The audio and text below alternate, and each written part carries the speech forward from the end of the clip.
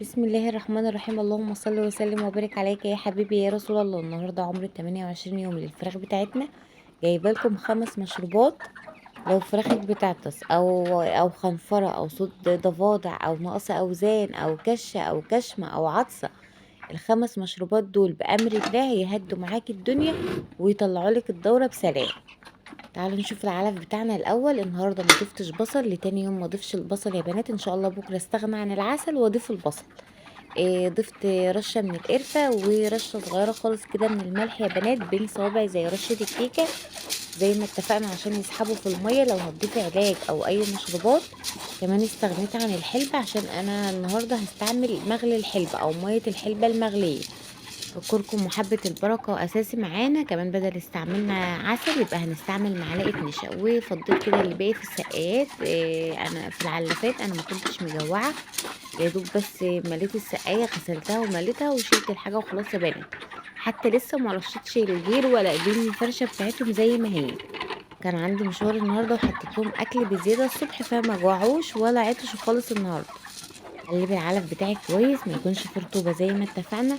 العمر ده مهم جدا يا بنات، نخلي بالنا من الفراخ.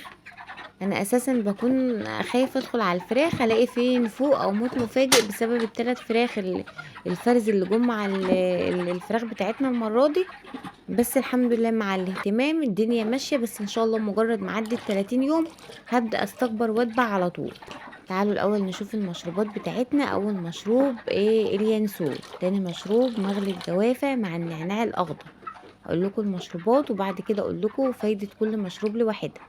وهنا مغلي الجنزبيل. طبعا احنا كنا ضايفين جنزبيل وجوافة وليمون وتوم في سقوات قبل دي. ريحتهم يوم من المشروبات وضفت مية بس ومضاد سموم. وتاني يوم هنزل بقى بال5 مشروبات دول مع بعض يا بنات. كمان في مشروب جديد النهاردة مغلي القرنفل مع حبايتين كده من الفلفل الاسود. دي ال5 مشروبات بتاعتنا: ورق جوافة مع نعناع، ينسون، حلبة، جنزبيل، قرنفل مع فلفل اسود. تمام كده كده 5 كوبايات قدامكم اهو.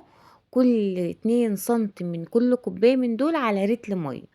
فانا بالنظر كده السقاية بتاعت 4 لتر، فبضيف من كل كوباية فيهم حوالي ربع فنجان او ربع كوباية صغيرة. ال5 مشروبات دول هيعملوا معايا 3 سقوات. ال3 سقوات هنزلهم على ممكن يومين ونص، يعني بحيث ان السقاية دي ممكن تفضل قدام الفراخ 8 ساعات يا بنات. يعني من 6 ساعات ل8 ساعات وبغيرها. فسقوة بالمشروبات دي وسقوة بمضاد السموم اساسي معاكي. لازم مضاد سموم، خصوصا لو في عندك فراخ عندها برد، عطسة، كشة، خنفرة، صوت ضفادع، لازم تنزلي بمضاد السموم. نظبط التهوية، نظبط درجة الحرارة. الفرشة يا بنات ما تكتميش على الفراخ.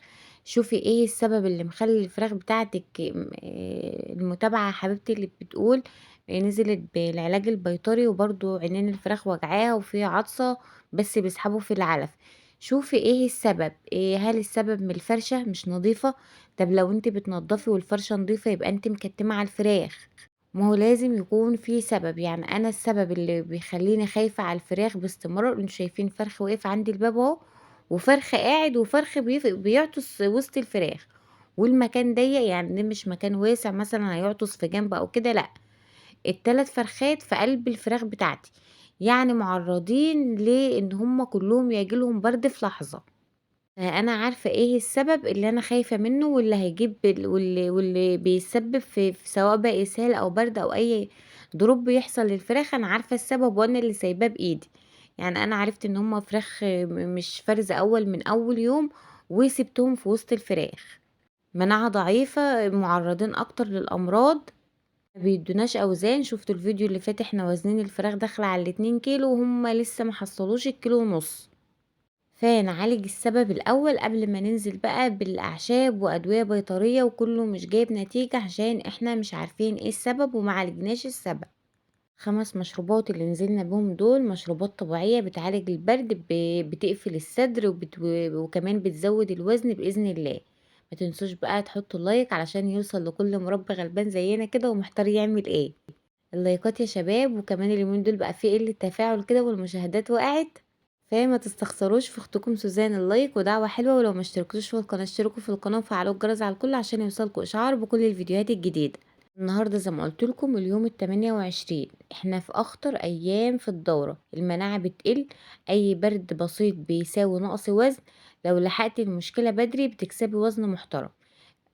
لكن لو دور البرد اتمكن من الفراخ، فالفراخ بيقل الاكل بتاعها، فبالتالي بتقل الاوزان معاكي. بدل ما تلاقي الفرخ كل يوم بيديكي جرامات، لا كل يوم بينزل جرامات. انا بقول لكم فوائد المشروبات بتاعتنا النهارده. واول مشروب الجنزبيل، الجنزبيل فاتح شهية، بيوقف العطس وبيطرد البلغم وبيحسن الهضم، يعني بيديكي زيادة في الوزن. غير لنا كمان النهارده الجوافة مع النعناع الاخضر مش الناشف يا بنات، علاج مباشر للخنفرة، يعني بيهدي الخنفرة، مفيش حاجة بتشيل الخنفرة خالص، بيهديها، مطهر قوي للجهاز التنفسي وبيهدي الصدر وبيمنع الالتهابات. النهارده كمان ضايفين اليانسون برضو يا بنات، لكل حاجة من دول 2 سنتي للتر المية. اليانسون بيقلل الإجهاد وبيحسن من الشهية وكمان بيهدي العطسة، يعني كل الحاجات دي بتظبط تنفسي مع الفرخ. النهارده كمان استعملنا مغلي الحلبة او مية الحلبة. الحلبة تقيلة شوية فما تكتريش منها، ممكن تستعمليها يومين بس مش 3 ايام. وهتستعملي حلبة على العلف تبقى بكميات بسيطة خالص، ومعلقة ويومين 3 في الأسبوع. لو الفراخ عندك جالها دور البرد، خنفرة، طشمة، كشة، صوت ضفدع، كل ده فقللي من الحلبة شوية. الحلبة والسمسم زي ما قلت لكم الفيديو اللي قبل ده. الحلبة طبعا ممتازة كفاتح شهية، زيادة وزن واضحة وتقوية مناعة، ممتازة جدا جدا الحلبة، بس مش كتير يعني بكميات بسيطة. النهاردة كمان غلينا حوالي 7 حبات من القرنفل وتلات 4 حبات كده من الفلفل الأسود، والمكونين دول مع بعض كده لوحدهم ممكن تستعملهم يوم أو يومين في الأسبوع، معاكي أقوى مضاد بكتيري طبيعي، بيقفل الصدر نهائي، يعني مش هتسمعي أي صوت من ال الخرفشة أو صوت الضفدع أو العطسة الكلام ده. القرنفل مع الحبايتين 3 فلفل اسود بيظبط تنفسي وبيقفلك الصدر نهائي. ما تستعمليش المشروبات دي كلها وهي سخنة، لازم أن تكون بردت تماما، بتتغلى وهي متغطية كده، بحيث ان نستفيد من كل الفوائد اللي فيها وكل الزيوت اللي في كل مكون تنزل كده مع المية المغلية. ومجرد ما تغليها حطيها كده في برطمان او حاجة لها غطا محكم واقفلي عليها 3 4 ساعات. ربنا يحسن ما بين ايدينا ان شاء الله وتكون تعدي الدورة كده بسلام. بجد انا زعلانة جدا ان انا سبت ال3 فرخات الفرز في وسط الفراخ السوبر. هما شكلهم واضح اساسا في التصوير من اول يوم لحد النهاردة، بس المرحلة دي بقى اللي هي خلاص ما عادش فيه مناعة، فبان عليهم التعب، بان عليهم التعب، ومع كل الخلطات والوصفات والأعشاب لأ، ظاهر عليهم التعب، جالهم البرد، جالهم الحشرجة اللي في الزور دي جت. فإن شاء الله تعدي على خير بدون نافق، اللهم امين يا رب كده، ويحسن ما بين ايدينا وايديكم بأمر الله. المشروب النهارده مشروب قوي جدا جدا، فعال جدا جدا، علاج برد، زيادة وزن، زيادة مناعة، فاتح شهية. ال5 مشروبات دول، طب ممكن تستغنى عن واحد عن اتنين، تستعملي واحد اتنين، مفيش مشكلة. الفراخ عندك عندها برد، ركزي على القرنفل والفلفل الاسود والجوافة والنعناع عشان يظبطوا معاكي تنفسي. بتشتكي من نقصان الوزن، ممكن تركزي على الحلبة وممكن تضيفي معاها معلقة من الخميرة او معلقة من العسل. ولو هنحطهم كلهم مع بعض يبقى زي ما اتفقنا 2 سنتي للتر المية.